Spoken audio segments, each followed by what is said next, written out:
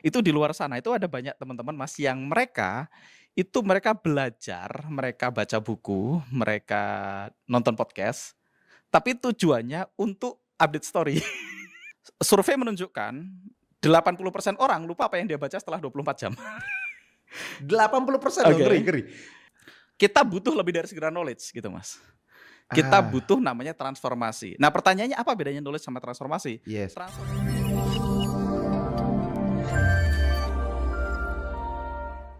Halo teman-teman Kedamaian ID, sekarang saya sama Mas Duyan Anggara. Yeay. Ikutan tepuk tangan. Oke teman-teman ya, langsung aja. Oke. Ini seperti biasa ya teman-teman, saya sama Mas Angga akan saling bertanya. Tapi mungkin di kesempatan kali ini saya akan lebih banyak nanya nih sama Mas Angga ya. Karena Oke. supaya kita berpikir di kerangka yang sama teman-teman, saya pengen ngasih tahu sama teman-teman Mhm. tentang apa yang pengen saya tanyain. Jadi kenapa Oke. saya pengen nanyanya sama Mas Angga? Karena beliau ini menurut saya orang yang cukup saya kenal dekat di hidup saya, yang paling layak ngaku rajin belajar. Wah. Oh, bisa diterima, bisa diterima. Ya, at least Bisa menurutku diterima. Mas. Ya. Gitu ya. Nah, cuman kan gini Mas, kalau Oke kita oke. ngomongin belajar ya, kita ngomongin tentang mempelajari Mhm. sesuatu, ini kan beda ya. Kita mungkin udah Oke. beberapa kali pernah bahas nih ya tentang Mhm. knowledge sama skill gitu kan. Bedanya Oke. knowledge sama skill. Mungkin teman-teman udah sering denger lah kita ngobrol kan ya, kalau misalnya belajar Yes itu yes yes baru yes. dalam proses tahu namanya knowledge kan. Setelah kita Mmm. praktekin itu sampai kita Mhm. jadi ahli, kita punya skillnya kan gitu. Nah Yes sekarang Mas, yes yes aku yes. pengen perdalamin ini. Nah, ada yang Oke. namanya skill yang bisa merubah hidup. Nah, Atau sehingga transformasi mungkin kita bisa menyebutnya, Mas. yes, kita sebutnya transformasi boleh. Nah, Ya kalau ya. misalnya kita bedain, menurutmu apa bedanya, Mas? Apa perbedaan mendasar antara orang yang memang dia tahu loh gitu ya, tetapi tidak berubah Mhm. signifikan, alias dia memang di level knowledge, tapi ada orang yang Yes mampu yes. merubah signifikan atau kita sebut sebagai transformasi. Nah, knowledge Mmm. versus transformation, nah ya mungkin gitu ya. Menurut seorang Dwi Nanggara ini gimana? Yes. Ah, Oke, knowledge sama transformasi atau knowledge sama skill itu sebenarnya memang nggak sama. Tapi kita ngomongin knowledge dulu, Mas, ya, sebelum kita oke, ke transformasi. Karena oke. banyak orang tuh berkutat di knowledge. Nah, tantangannya adalah sistem pendidikan kita, yang sistem pendidikan modern ini, Mhm. itu lebih banyak fokus sama knowledge, Mas. Betul, aku sepakat. Nah, apa problemnya knowledge? Problemnya adalah knowledge itu hari ini komoditi, Mas. Komoditi.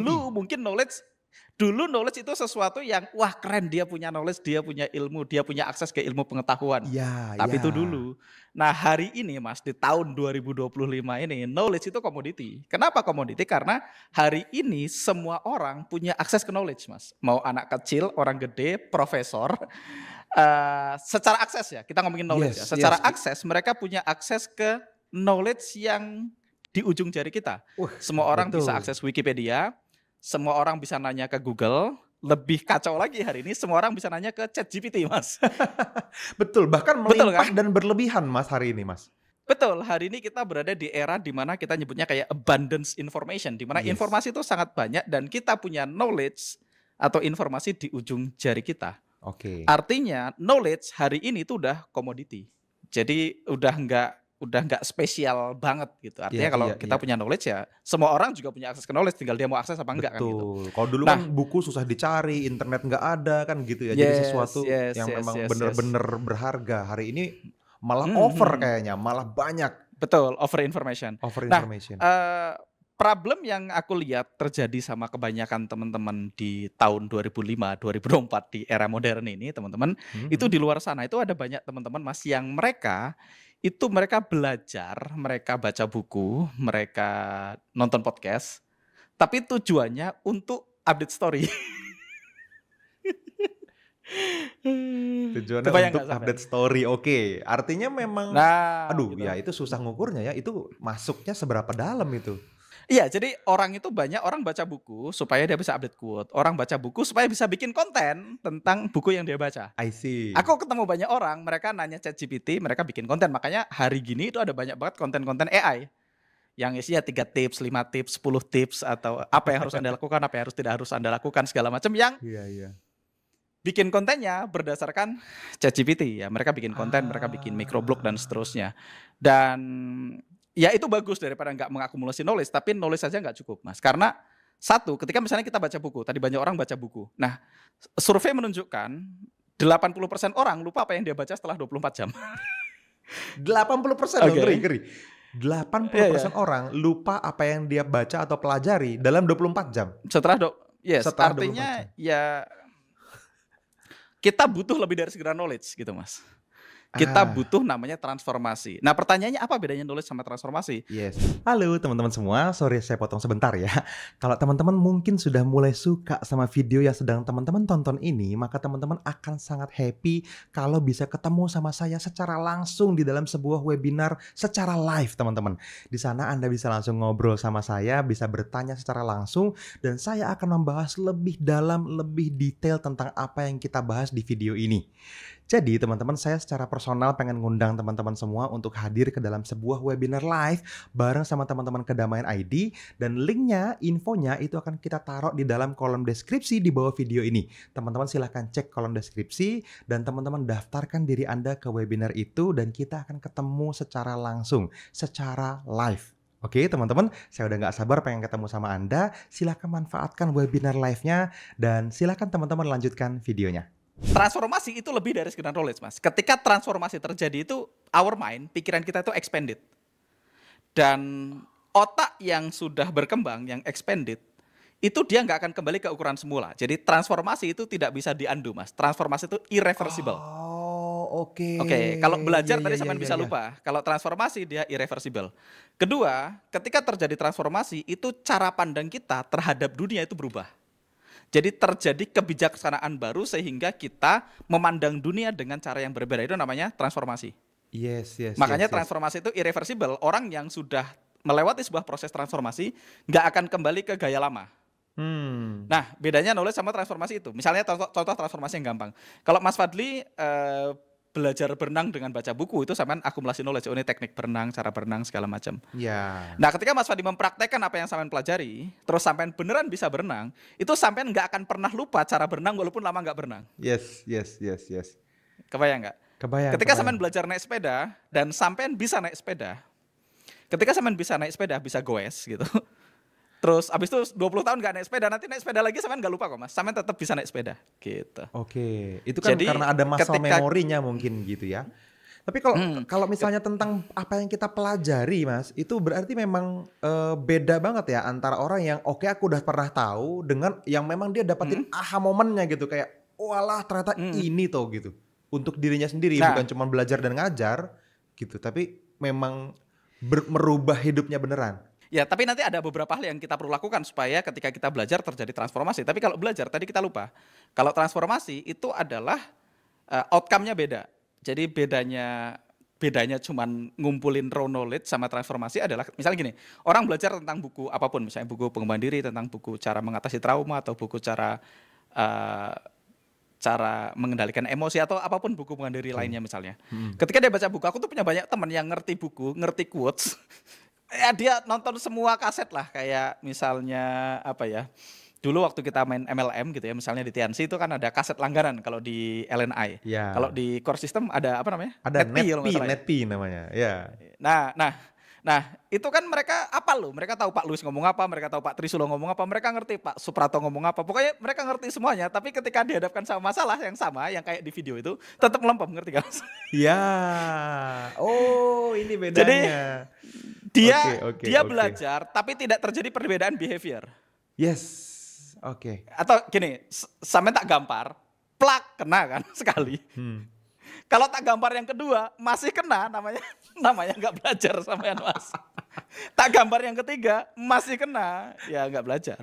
Iya. Namanya belajar atau bertransformasi, tak gampar sekali kena kan plak gitu. Tak gampar kedua sampai nangkis, yang ketiga ngelak gitu. Iya. Gitu. Oke, padahal Jadi udah banyak tahu kan orang, digampar sakit kan gitu ya. ya, banyak orang itu kan seperti kedelai, Mas. Jatuh di lubang yang Jatuh sama. di lubang yang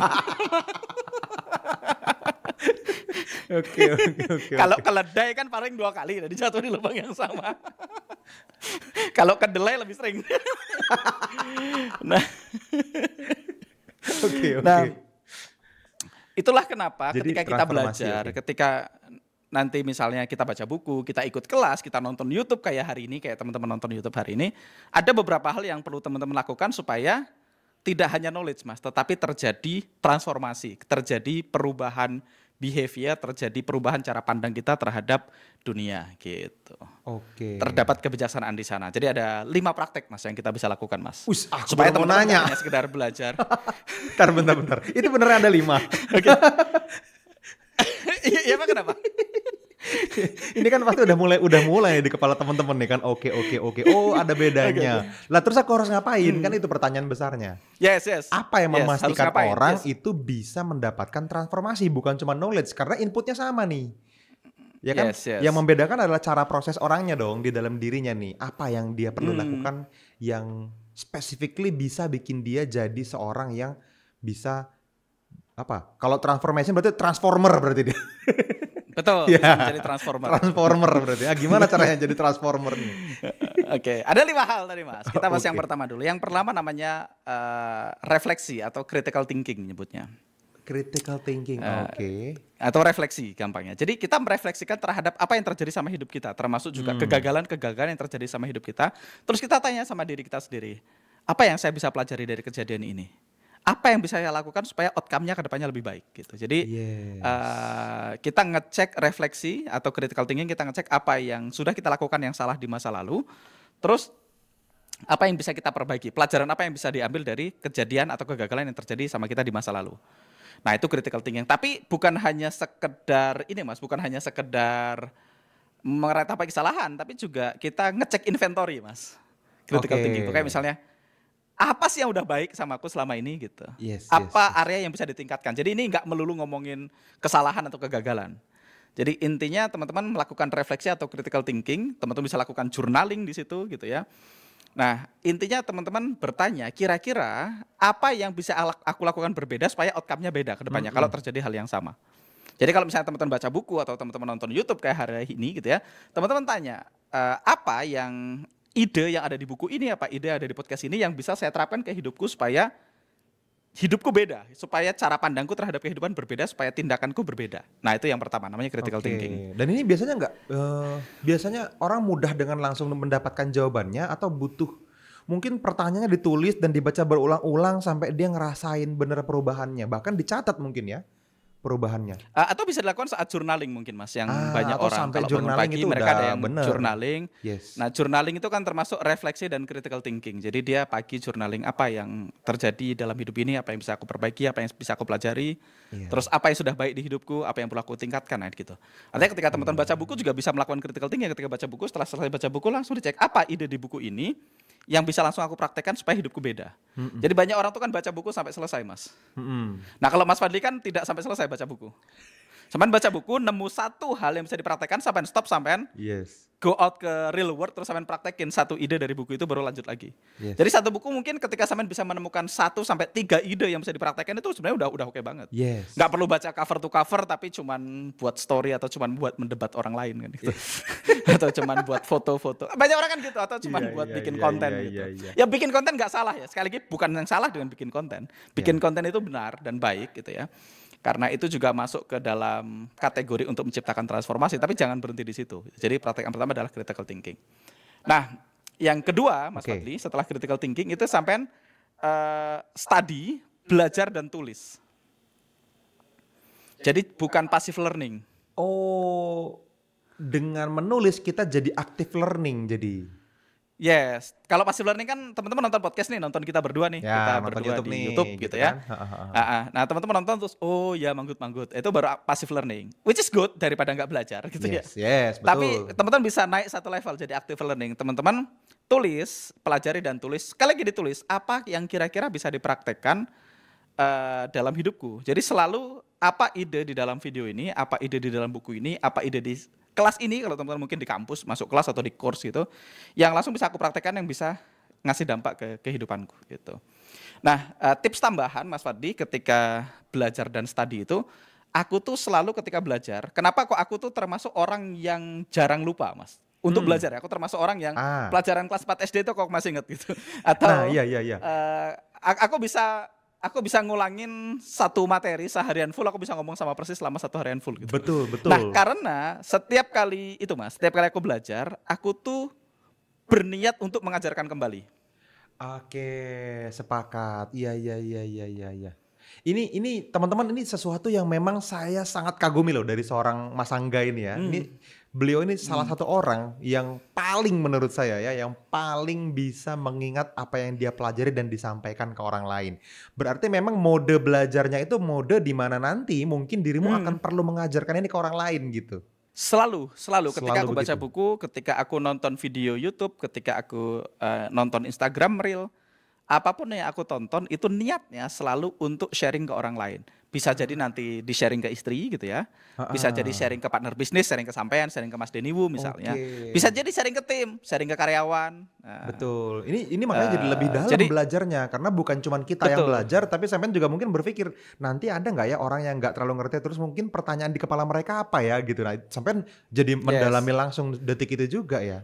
Dan ketika sampean belajar dengan niat untuk mengajarkan lagi, walaupun pada akhirnya nanti nggak ngajar ya, Ya nggak tapi yang tahu penting ketika bisa belajar jadi niat, ngajarnya aku jadi nih nggak. belajar untuk ditransfer ke orang lain, itu otak kita itu menyimpan informasi di tempat yang lebih banyak, Mas. Dia men-store informasi di lebih banyak pocket. Yes, Jadi yes, sampean yes. pasti lebih ingat. Gitu. Dan kedua memang salah satu cara terbaik untuk mengingat apa yang sudah kita pelajari adalah dengan mengajarkan kembali. Iya, iya betul, betul, betul. Jadi itu tips untuk At least menciptakan niatnya dulu deh, transformasi yang mungkin pertama. belum tentu beneran Yes. dia akan ngajarin ke orang lain, tapi saat belajar Betul. niatnya itu beda jauh hasilnya ya. Niatkan nanti kalau waktu misalnya kita belajar apa matematika, nanti niatin ketika aku punya anak, anakku pengen belajar matematika, aku akan ngajarin dia. Gitu. Oke. Iya, jadi sampean langsung menyimpan, otak kita tuh menyerap informasi dengan cara yang berbeda, menyimpan informasi di tempat yang lebih banyak dari kalau kita cuma sekedar baca. Gitu. Jadi critical thinking nomor 1 atau refleksi nomor 2 adalah study and write, tulis, belajar dan tulis. Oke. Itu baru 2, gitu. Masih ada Sudah 3 lagi. Sudah 2 ini Mas. Ini kita lanjutin sampai poin kelima apa gimana nih? Ini sudah 2 aja. Ini kalau teman-teman praktekin ini udah langsung mendekati transformasi ini, udah langsung bertransformasi hidupnya ini. Kita lanjutin aja Mas, biar satu video utuh ya buat teman-teman. Oke, siap. Nah, Kalau yang gitu, ketiga, Mas. Yang ketiga itu adalah social disclosure atau diskusi sosial, Mas. Oke. Diskusi sosial Diskusi itu sosial. seputar isu yang kita pelajari. Diskusi sosial itu akan mempercepat terjadinya transformasi. Kita ambil contoh yang gampang dulu. Misalnya gini, Mas Fadli punya niat, oke aku pengen baca buku 1 buku seminggu gitu ya. Kalau Mas Fadli pengen baca buku 1 buku seminggu, Mas Fadli bisa bikin grup WA isinya 3-4 orang atau 5 orang yang isinya kita semua berkomitmen untuk membaca buku 1 kali seminggu. Jadi kita berkomitmen untuk bertransformasi bersama. Ketika kita punya komunitas yang punya komitmen untuk transformasi bersama, itu akan menciptakan transformasi. Oke. Nah, kenapa? Ada risetnya. Jadi risetnya adalah orang itu sangat suka mendukung orang lain untuk berubah. Oke, bisa diterima. Orang itu sangat suka mendukung orang lain untuk mencapai kesuksesan. Jadi kalau teman kita mau apa yuk semangat yuk, mantap yuk, bisa yuk. Apakah Pokoknya dukungan itu secara lebih gede umum, buat orang lain daripada buat diri sendiri malahan? Betul, ketika diri sendiri tidak terlalu mendukung. Kebayang nggak? Iya. Jadi kalau Anda yang nonton video ini merasa aku nih kalau apa ya, kalau pasanganku pengen berubah tuh tak semangatin gitu. Tapi kalau aku kayaknya berat banget ya berubah. Oke, bisa diterima. Betul. Betul kan? Dan memang ada penelitiannya, ada risetnya. Dan itu bukan berarti Anda orang jahat. Ya normal aja, memang begitu Mas. Jadi kalau teman-teman merasa, aku nih kalau dukung teman kita, dukung partnerku untuk bertumbuh itu senang. Tapi kalau dukung diri sendiri kok kayaknya kurang. Nah makanya dengan sampean punya diskusi grup, jadi balance Mas. Karena sampean suka mendukung temanmu, temanmu suka mendukung sampean. Iya. Kebayang nggak? Kita bisa dapetin manfaat apa ya? Simbiosis mutualisme ini gitu kan. Betul. Nah, jadi kita mendukung satu sama lain untuk bertransformasi. Tadi misalnya kita punya tujuan, oke, kita sama-sama mau diet gitu ya, kita mau nurunin berat badan. Kalau satu grup Asia 3, 4, 5 orang punya goals untuk bertransformasi, itu akan jauh lebih mudah karena saling mengingatkan, terus saling menyemangati gitu. Lebih gampang. Atau misalnya sampean pengen lari maraton gitu, kalau sampean punya komunitas yang pelari gitu, akan lebih mudah untuk akhirnya menyelesaikan challenge untuk lari maraton daripada sendirian. Karena orang suka nyemangatin orang lain. Lihat aja kalau maraton tuh ada yang, ayo Bapak Ibu semangat yuk. Iya. Lagi, yuk. Ada di pinggir jalan. Terus gitu. Iya. Dianya nggak lari tapi. Dia nggak lari tapi. Iya. Mantap gitu dong gitu ya. Tapi dia nggak lari. Artinya kita memang suka mendukung orang. Nah, dengan punya komunitas tadi, satu social discussion yang membuat kita bertransformasi, itu maka proses transformasinya akan lebih mudah karena kita saling mendukung dan saling mengingatkan. Ketika misalnya Mas Fadi pengen tadi goalsnya adalah pengen baca buku, kalau sampean nggak diingetin temennya, udah baca buku belum gitu, atau sampean janjian seminggu sekali antara yang baca buku, satu orang harus sharing buku apa yang dibaca minggu ini, sehingga proses transformasinya akan lebih cepat. Dan itu sebenarnya salah satu rahasia kenapa kita itu cukup cepat bertransformasi, Mas. Karena kita berdua itu kayak social disclosure, kita saling nge-push untuk transformasi. Oke, ini teorinya dari apa yang selama ini terjadi ya. Jadi memang dengan sengaja, happen to be, maksudnya nggak sengaja juga gitu, cuman Nggak tahu karena kita dulu. karena apa? Aku merasa punya sparring partner sama sampean gitu. Ini dia nih gitu kan. Yes. Kita kan dulu punya grup antara aku sampean Mas Denny Wu gitu. Kita punya grup dulu, kita punya grup sama teman lain gitu ya. Nah, di grup kita itu kita ya ketika sampean dapat info apa sesuatu yang bagus yang menurut sampean bisa merubah hidup kan sampean transfer kirim ke grup kita. Iya. Begitu juga sebaliknya ketika Mas Denny menemukan sesuatu kayaknya bisa mengupdate hidup kita menjadi lebih baik, dikirim ke grup. Aku juga sama. Jadi dengan begitu kita saling membantu satu sama lain untuk bertransformasi sehingga transformasinya jadi lebih cepat. Nah, itu yang ketiga. Jadi critical thinking, studi dan tulis. Yang ketiga adalah teman-teman pastikan teman-teman punya komunitas. Makanya Kedamaian kan punya komunitas tuh, Mas. Komunitas Kedamaian ID kalau nggak salah. Yang belum hidup. Nah, komunitas Kedamaian ID nanti teman-teman join aja, cari linknya di manapun dia muncul. Nanti kita taruh di kolom deskripsi ya, teman-teman ya. Nanti kita taruh di kolom deskripsi. Nah, itu kalau teman-teman join ke komunitas, teman-teman tinggal cari orang yang punya tujuan yang sama. Kalau orang yang punya tujuan yang sama, teman-teman ngumpul sama orang yang tujuannya sama akan lebih cepat untuk mencapai apapun yang teman-teman pengen. Gitu. Oke, social discuss itu tujuannya ya, membagi gesekan positif sebetulnya. Bukan gesekan sih, tapi lebih kepada tukeran support ya. Karena kan katanya kan di MLM dulu kita sering dengar apa, besi menajamkan besi, manusia menajamkan manusia. Iya, gitu, ini maksudnya poin yang ketiga. Sangat ini sah. Tiansi. Sangat MLM gitu.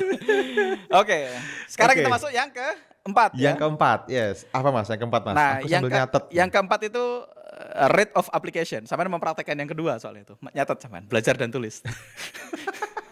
Aku sambil nulis. Dan kalau sampean belajar tulis ya dan berniat mengajarkan, sampean melakukan 3 udah. Nah, yang keempat adalah rate of application. Oke. Jadi problem dengan apa ya? Problem dengan banyak orang yang ngumpulin raw knowledge, mereka kan menunda untuk praktek. Ketika menunda untuk praktek, akhirnya stay jadi raw knowledge, Mas. Makanya salah satu kunci untuk menjadi transformasi atau untuk berubah jadi skill adalah rate of application. Seberapa cepat sampean mengaplikasikan apa yang sampean tahu buat kehidupan kita. Dan Mas Fadli ini, teman-teman, Mas Fadli ini salah satu orang yang menurut saya sangat cepat dalam rate of application. Jadi itulah kenapa dirimu sangat jago bertransformasi. Mungkin dirimu selama ini ditanya orang, kok sampean cepat banget berubah, sampean nggak tahu kenapa. Nah, salah satu alasannya itu Mas, rate of application. Sampean kan baca buku, sampean berhenti, sampean nelpon aku. Sampean denger apa, sampean catat, sampean ngomongin ke tim gitu. Itu kan sebenarnya sampean melakukan diskusi sosial dan rate of application sebenarnya. Iya. Dan sampean juga melakukan tadi belajar untuk ngajar juga, sampean juga belajar dan catat juga, dan sampean melakukan refleksi. Sampean melakukan 4 hal tadi secara tidak sadar, tapi itulah kenapa dirimu bertransformasi menjadi Fadli yang sekarang. Fadli yang 3 tahun yang lalu sama Fadli sekarang kan bumi dan langit ini. Beda jauh, ya betul. Betul kan? Betul. Kenapa ya? Karena sampean melakukan 4 hal tadi yang mungkin secara tidak sadar, kebetulan benar. Nah, nomor 4 itu rate of application. Semakin cepat rate of application, semakin cepat terjadi transformasi. Semakin lama kita menunda menjadi rate of application, lama-lama biasanya hanya jadi raw knowledge saja. Nah, itulah kenapa orang yang ahli transformasi, orang yang jago dalam pengembangan diri, mereka nggak nunggu tahun baru, Mas. Mereka nggak nunggu tahun depan dulu. Aku punya saudara itu. Aku nanti berubahnya kalau udah umur 20 tahun. Menurut sampean umur 20 tahun berubah nggak? Enggak. Enggak sih. Ya bukannya mengecilkan, tapi ya yang berubah mindsetnya dulu baru orangnya gitu. Ya bisa jadi nanti berubah ketika dia ketemu gamparan lain dalam hidupnya kan gitu, digampar sama kehidupan misalnya.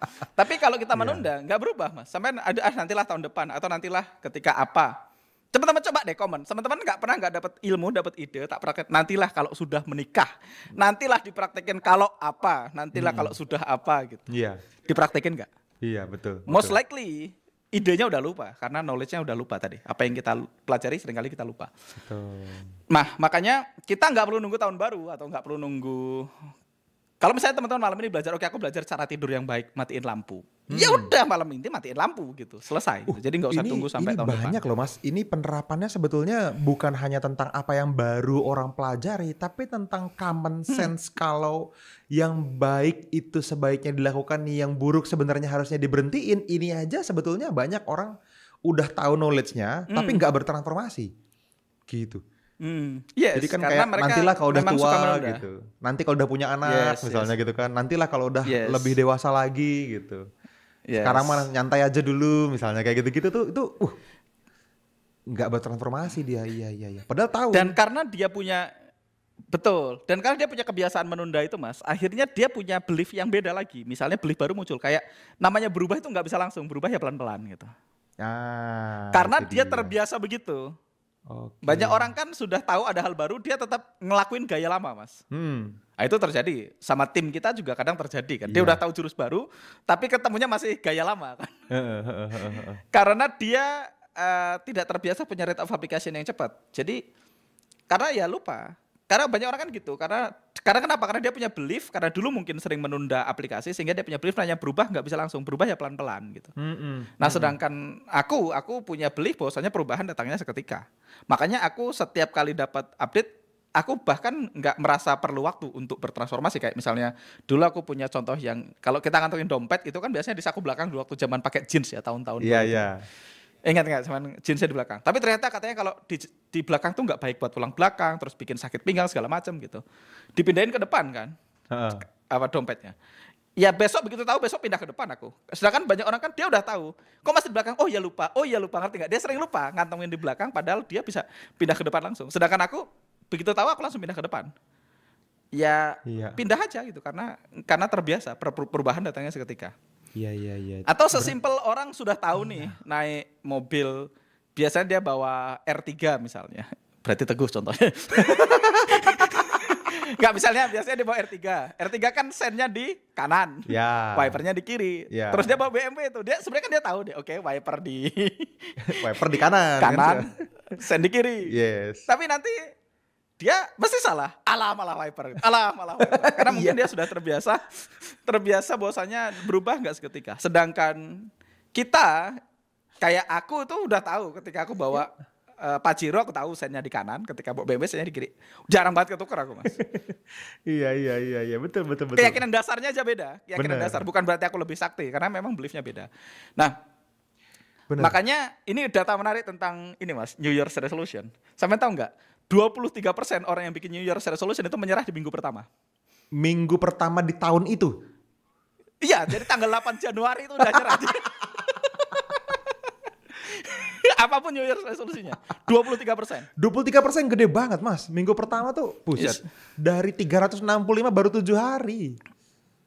Iya, 23%. Jadi hari Senin dan 64% sisanya menyerah setelah bulan pertama. Jadi Februari itu nyerah. Ngeri banget ya. Ini kan sesuatu yang kita tulis, kita ukur, kita pajang, kita yakini. Effort bikinnya aja udah mikir. Masa ya berhenti di minggu pertama atau bulan pertama? Kayak menurutku masih di point of view yang datanya gitu. Agak bodoh ya maksudnya. Tapi 64% berarti kan Februari. 23% kena hajar di minggu kedua. Dia nyerah di minggu kedua. Gila ya. 64% di bulan kedua. Dan ini data menarik supaya teman-teman tahu siapa musuhnya. Sebagian besar orang menyerah di Jumat minggu kedua. Jumat minggu kedua? Kenapa? Karena mengawali weekend. Begitu adanya. Tapi nggak tahu, tapi risetnya memang Jumat minggu kedua. Aduh, ya datanya begitu. Wow. Ini lebih dalam ya teman-teman ya. Ini kita bukan lagi ngomongin tentang rate of application nih. Rate of application kan kita sekarang lagi ngomongin tentang pentingnya mengaplikasikan ilmu kan. Ini lebih dalam lagi. Ada orang berarti yang memang dia aja nggak percaya kalau itu benar. Kan gitu. Susah dong gimana mau dilakukan. Karena dia terbiasa tadi, aku nanti berubahnya nunggu awal tahun. Karena dia menunda rate of application, akhirnya itu jadi habit. Dan kan dia udah tahu nih, aku harus lebih baik. Nanti deh Januari. Nah, ketika dia bikin New Year's resolution ya itu makanya dia kehajar di minggu kedua dia. Kehajar di minggu Dia kedua oleh terkapar. identitas dia yang sudah Atau bertahan lama. Iya. betul atau di bulan kedua gitu. Jadi self sabotage dia, Mas. Dia sudah yakin kalau memang antar juga gue nyerah gitu. Tulis aja dulu lah Ya gitu. karena sudah terjadi berkali-kali juga. Tapi itu awalnya karena dia menunda apa yang dia tahu untuk dipraktekkan hari ini, Mas. Iya. Dia menunda rate of application. Awalnya itu terus lama-lama itu. Jadi dan ternyata Mas, menurut data itu hanya 9% orang yang nulis New Year's resolution yang menjaga New Year's resolution sampai akhir tahun. 9%. Yes, artinya 91%. Tidak. 91% itu adalah resolusi tahun 2023 yang ditulis tahun 2022 yang tidak tercapai dari tahun 2021 kan gitu. Kita jarang nongkrong apa ya? Soalnya di semua perusahaan kita, semua tim kita ya 100% mempertahankannya loh. Berarti kalau dunia ini 9%, at least teman-teman itu top 9% lah berarti harusnya kan. Karena kita punya social discussion, kita Ya. punya yang nomor 3 tadi. Betul. Kita punya nomor 3 sehingga terpaksa rate of application cepat karena ada yang nomor 3 tadi. Karena kita punya komunitas yang saling mendukung, yang saling nge-push untuk bertransformasi. Oke. Ya. Ini Nah, berhubungan makanya kalau semua nih teman-teman teman-teman punya ya poin-poin 4 hal ini ya. ini. 4 Betul, poin betul. ini Saling menguatkan satu sama saling lain. menguatkan. Ini Nah, makanya transformasi. salah satu praktek dari rate of application adalah nge-share ke dalam sosial group itu juga. Iya. Itu yang terjadi sama aku. Kayak aku tuh kan kalau aku nyetir jauh gitu kan kita masuk ke Alfa ya Mas. Kata bengong nyetir jauh di Cipali atau Iya. di Dendels gitu. Heeh. Ketika Alfa itu kan ide-ide masuk tuh Mas. Nah ide-ide masuk atau biasanya kan aku nyetir jauh sendirian aku dengerin podcast. Nah ketika aku dapat satu ide kan karena aku punya grup WA, aku akan ngambil HP aku voice note aku kirim ke grup WA. Sangat sering, kesamaan kan sampean Mas Denny kan sangat sering terima grup WA dari aku, termasuk Yes. teman-teman yang lain ketika ya WA voice note dari Voice aku. note ya. Itu salah satu penerapan dari rate of application juga. Karena ide orang itu kalau nggak di follow up lupa idenya Mas. Banyak orang punya idenya nggak tahu lagi Mas. Dia lupa kalau dia punya ide kan. Iya. Iya kan, karena Iya. tidak di follow up idenya. Rate of application dari idenya rendah. Ketika dia tidak melakukan aplikasi dari idenya, ya lupa idenya. Yes. Sedangkan ide kan munculnya ketika misal sampean lagi mandi, lagi di toilet gitu. Dan itu distraksinya tinggi Aku- banget loh Mas. Beberapa menit kemudian sampai udah Betul. bisa beda mood, lupa, udah nggak sesemangat yang tadi Yes. gitu-gitu. Ya, makanya aku kalau mandi, aku kan bawa HP. Atau iya, aku kalau mandi itu aku bawa HP karena aku mandi itu sangat sering aku muncul ide. Oh. Nah, makanya kalau aku habis mandi, sampean berapa kali dapat voice note aku habis mandi? Iya.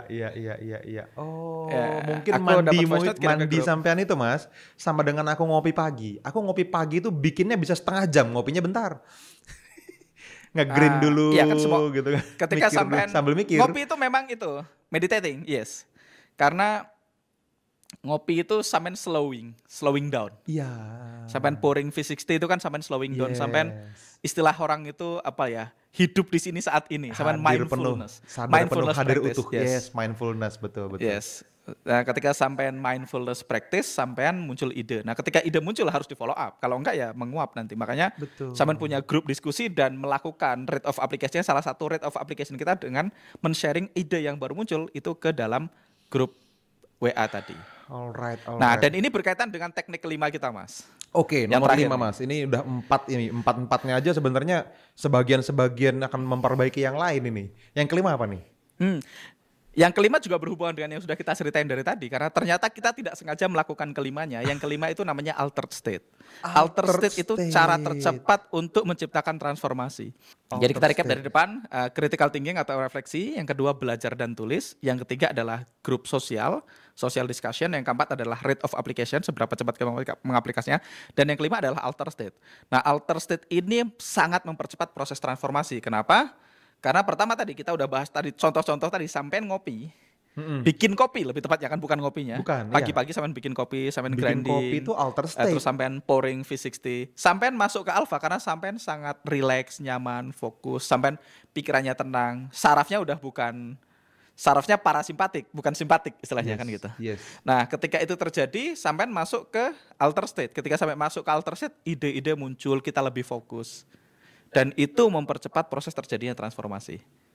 Dan ini Ya, praktek-praktek yang banyak dilakukan oleh orang-orang yang sangat-sangat sakti, orang-orang yang terdepan di industri-industri ini. Ya, ya. ada banyak entrepreneur yang melakukan satu praktek namanya thinkitation. Jadi berpikir Thinkitation. saat meditasi. Ya, Ah, thinking and meditation digabung jadi satu namanya thinkitation gitu. Jadi oke. ketika dia meditasi dia berpikir bisnisku mau diapain ya. Ketika dia lagi suasana tenang, lagi suasana relax, santai itu dia mikirin bisnisnya mau diapain. Dan itu ketika dapat ide, nah rate of application, social discussion tadi untuk mempraktekannya. Jadi sampean meditasi, masuk ke alpha, masuk ke alter state, sampean doa gitu kan. Kadang kita punya masalah nggak ketemu solusi kita berdoa. Ketika kita berdoa biasanya dapat solusi. Cuman kan kalau nggak di take action solusinya juga menguap. Betul. Nah kayak ketika berdoa dapat solusi langsung dikirim ke grup karena sampean punya social discussion tadi. Terus kita praktekkan rate of application sehingga terjadilah transformasi. Si Richard Branson itu kan punya pulau namanya Necker Island mas. Dia tuh suka berenang dari satu pulau ke pulau lain sambil mikir. Itu juga alter Ah, state buat dia. ya, ya, Ya ya, sama ya, kayak ya, sampean ya, bikin kopi ya, ya. sampai nyetir jauh gitu. Yes, betul. Nah, mungkin ini juga jadi satu pengetahuan yang baru ya buat teman-teman bahwa alter state itu bukan hanya dengan duduk diam menenangkan diri dan memfokuskan terhadap memikirkan sesuatu atau bahkan mengosongkan pikirannya, tetapi jalan pagi bisa alter state, bikin kopi bisa alter Ya, state, berenang, showering kayak sampean mandi sambil shower gitu kan itu alter ya. state, nyetir Nyetir jauh itu jauh, alter state. Yes, ke toilet, ke toilet nongkrong ya di kan kita kloset. sambil nunggu. Ya. Nah, makanya aku tuh Mbak Lisna waktu bikin rumah itu dia diizinkan untuk milih apapun kecuali kloset mas, kecuali toilet. Toilet, Pokoknya oke. kamar mandi itu semuanya aku yang milih.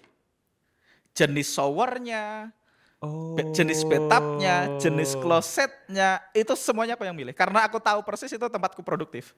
Oh, kalau aku mas, itu home theater. Aku nggak Hmm, tahu ya, sangat sensitif sama musik yang suaranya bagus gitu. Jadi aku sound systemnya, hmm. soundbarnya, mejanya, sofanya gitu ya. TV-nya yang gede gitu, aku bisa punya home theater sendiri. Itu rasanya itu semua aku yang pilih. Sisanya kamu mau pilih apa Hmm. aja di rumah ini terserah. Kalau aku itu waktu nyeting rumah Aku itu. aku semuanya yang pilih istriku kecuali tempat tidur, bantal, sama kamar mandi. Artinya Oh, kamar mandi itu showernya, aku punya yang kayak rain shower itu mas. ya, kayak Aku, rain aku shower punya ya. yang lebar, yang kayak rain shower karena aku sering tuh kayak mandi hujan. Karena memang itu tenang, fokus. I Nah itu masuk ke alter state see. kita Iya, dapat iya, dapat iya, banyak ide iya, di iya, sana. iya, iya. Nah yang terkenal juga kalau nggak salah Thomas Alva Edison itu kalau tidur dia selalu megang bola besi mas. Bola Dia besi. megang bola besi kayak gini. Hmm. Dipegang terus di sekeliling kursinya itu ada kayak lempengan besi. Karena begitu dia ketiduran gitu, terus dia jatuh centeng gitu. Kan ketika ketiduran kan bolanya pasti jatuh. Dia tidur Ya, sambil pegang bola kan. Tidur sambil pegang bola. Begitu ketiduran kan tangannya mulai lemes, bolanya jatuh. Ketika bolanya jatuh, teng, bunyi kan. Bangun dia pasti kan. pasti bangun. Nah, dia kan barusan masuk ke alter state tuh. Begitu dia tidur kan dia langsung turun ke alpha atau mungkin ke theta. Begitu dia teng bangun langsung kerja tuh. Karena dia nyedot informasi. Kayak salah satu pelukis yang terkenal kan juga gitu. Namanya Dal-E. Makanya ChatGPT itu yang untuk bikin gambar namanya Dal-E. Yang bikin gambar, yes. Dal-E itu nama pelukis terkenal namanya Christian Dali apa Christopher Dali kalau nggak salah namanya. Hmm, hmm. Nah, Dali itu juga gitu. Jadi dia mengakses alter state untuk memunculkan ide-ide gitu. Dan itu Ah, mempercepat transformasi. wow, Nah, sebetulnya ya kebetulan kita ngelakuin itu ya Mas ya. Jadi memang ini yes, kebetulan kita sesuatu yang meditasi, kebetulan kita punya grup WA, kebetulan kita karena punya grup WA jadi saling maksa untuk praktek.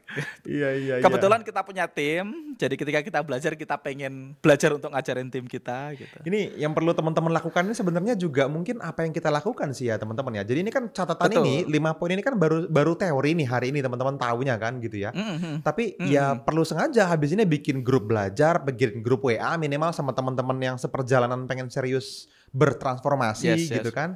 Atau kalau teman-teman punya tim ya mulai sekarang itu grup timnya diberlakukan bukan hanya ngomongin kerjaan atau bisnis tapi juga transformasi hidup yang bisa di-sharing sama mereka, share segera gitu. Ini Yes, dan perlu praktek praktek bareng ini. dan dipraktekin, jangan menunda sampai besok gitu. Sama mulailah adopsi praktek-praktek alter state kayak tadi, misalnya doa, breathwork, terus meditasi gitu ya. Meditasi. Itu termasuk praktek-praktek alter state gitu. Wah. Doa, Oke, oke, oke, tahajud, oke. doa yang khusyuk itu kan juga alter state. Ketika sampean tahajud, doa yang khusyuk alter state, breathwork juga latihan pernapasan alter state, meditasi juga alter state. Dan kenapa itu penting, Mas Fadli? Ketika sampean mulai, jadi gini, kenapa banyak orang itu transformasinya setelah digampar sampai kehidupan tadi aku bilang yang Nah, mungkin orang akan berubah setelah digampar kayaknya sampai banyak kehidupan. yang digampar deh Mas daripada yang sadar terus dengan sengaja berubah Iya, gitu ya. Banyak yang digampar baru berubah. karena memang ada higher power yang memang pengen membimbing kita, Mas.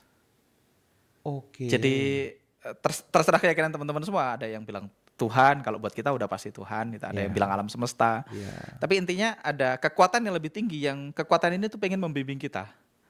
Nah, dia akan membisikkan ke kita untuk berubah. Makanya kan orang selalu bilang dengerin kata hati.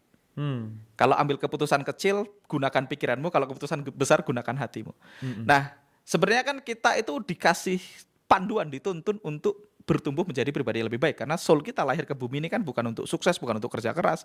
Tapi soul kita ini lahir ke bumi untuk bertumbuh dan bermanfaat buat orang lain kan gitu. Bertumbuh dan Untuk bermanfaat. growth and contribute kan. Yes.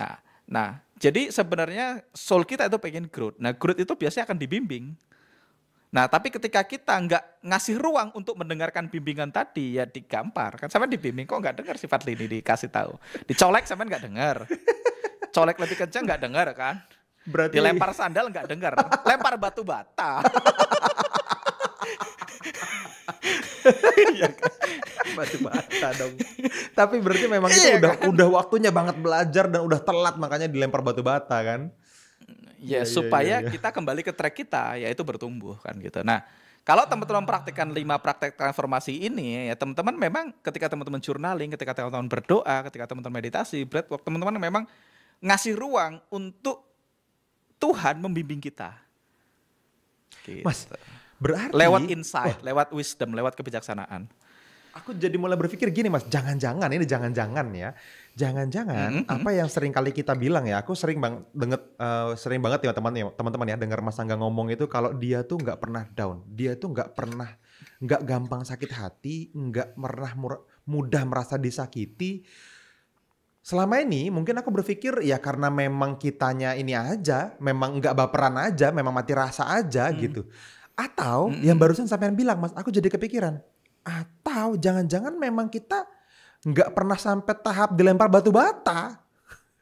Karena dengan sadar kita dilempar penghapus, oh iya ya siap-siap belajar lagi, upgrade diri gitu loh. Jadi kan cuma penghapus kan kayak kecil kan gitu. Orang kan sampai dilempar pulpen, lempar spidol, lempar penghapus whiteboard ini kan gitu kan. Sampai lempar batu bata baru dia benjol atau bocor. Oh, tapi dia jadi ingat sakitnya karena emang sakit.